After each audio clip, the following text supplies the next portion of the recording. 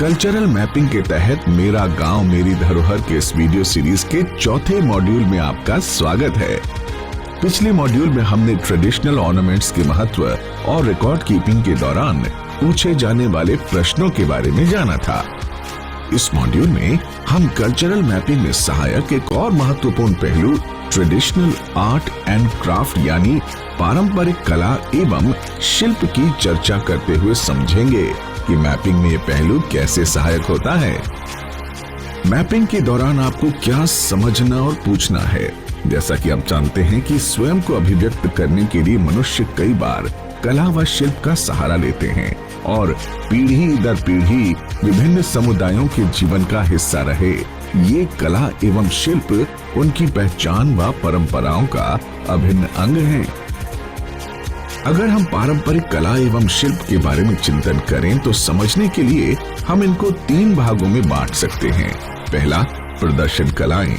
इसमें पारंपरिक लोक नृत्य, संगीत गायन और उससे जुड़े वाद्य यंत्र, रंगमंच यानी नाटक, कठपुतली शैलियां, पारंपरिक खेल आदि आते हैं। दूसरा, दृश्य और सामग्री कलाएं, जिसमें मूर्ति कला, चित्रकला, लकड़ी का कार्य यानी काश्तकारी, हथकरघा अथवा वस्त्र निर्माण, हस्तशिल्प, चमड़े और कांच से भिन्न भिन्न वस्तुएं बनाना, मिट्टी के बर्तन बनाना, सिनेमा आदि आते हैं। और तीसरा, साहित्य।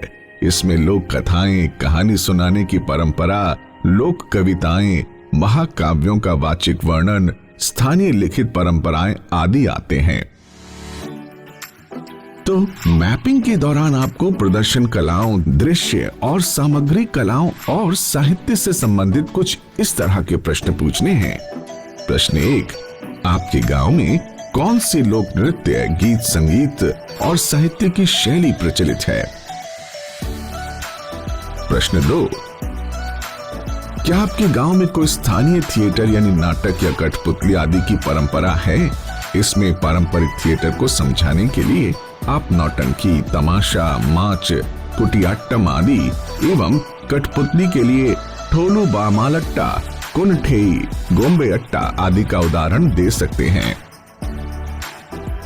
प्रश्न 3, आपके गांव में क्या कोई समुदाय किसी शिल्प कला से जुड़ा है, जैसे मूर्ति कला, चित्रकला, लकड़ी का कार्य यानी काश्तकारी, हथकरघा अथवा वस्त्र निर्माण, हस्तशिल्प, चमड़े और कांच से भिन्न भिन्न वस्तुएं बनाना, मिट्टी के बर्तन बनाना, सिनेमा आदि। प्रश्न 4, आपके गांव में किसी त्योहार, पूजा पाठ, मेले, अन्य धार्मिक अनुष्ठान, रीति रिवाज या जीवन चक्र से जुड़े किसी अवसर पर किसी कला और शिल्प के प्रदर्शन की परंपरा है? यहाँ आप अपने सवाल को अच्छे से समझाने के लिए केरल में विशेष त्योहारों पर किए जाने वाले तिरुवादिराकली और पुलिकली, पंजाब में लोहड़ी के दौरान टप्पे और भांगड़ा, पट्टचित्र चित्रकला के जगन्नाथपुरी के अनुष्ठानों से पारंपरिक जुड़ाव का उदाहरण दे सकते हैं। प्रश्न 5, आपके गांव में लोक संगीत या लोक गीतों की प्रस्तुति के दौरान कौन से वाद्य यंत्र बजाए जाते हैं? इन वाद्य यंत्रों का निर्माण कहाँ किया जाता है? प्रश्न 6, आपके गांव में कौन से पारंपरिक खेल प्रचलित हैं? इसके लिए आप कुश्ती, मलखंब, पलंग गुजही आदि का उदाहरण दे सकते हैं।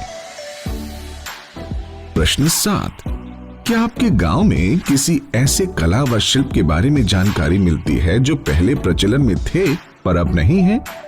क्या उसको फिर से जीवित करने के लिए कोई प्रयास किए जा रहे हैं? यहाँ आप ब्रिटिश राज के दौरान प्रतिबंध किए गए कलरीपयट्टू का उदाहरण दे सकते हैं, जिसे आजादी के बाद फिर से प्रोत्साहित किया गया। इसी प्रकार महेश्वरी साड़ियों के निर्माण को भी फिर से बढ़ावा दिया गया। प्रश्न 8, आपके गांव में प्रचलित शिल्प की निर्माण प्रक्रिया, तकनीक व उससे जुड़े समुदाय के विषय में बताइए।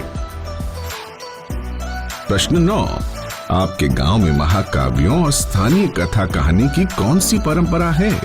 जैसे लोक कथाओं में आप सोनी महिबाल, बिरसा मुंडा, हीर रांझा, गोरा बादल और स्थानीय लोक देवी देवताओं जैसे पाबू जी, गोगा जी आदि से जुड़ी लोक कथाओं का उदाहरण दे सकते हैं। प्रश्न 10, क्या आपके गांव में कोई प्राचीन पांडुलिपि है? इन प्रश्नों के जवाब दर्ज करने के साथ साथ आप सबूत के तौर पर कला के प्रकार, उस कला में उपयोग होने वाली सामग्री, उसके निर्माण की प्रक्रिया, तकनीक व सामग्री और उनसे जुड़े लोगों की जानकारी, तस्वीरें और वीडियो लेते चलें। इससे आपका रिकॉर्ड बेहतर और प्रामाणिक होगा। अधिक जानकारी के लिए आप वीएलई बंधु मेरा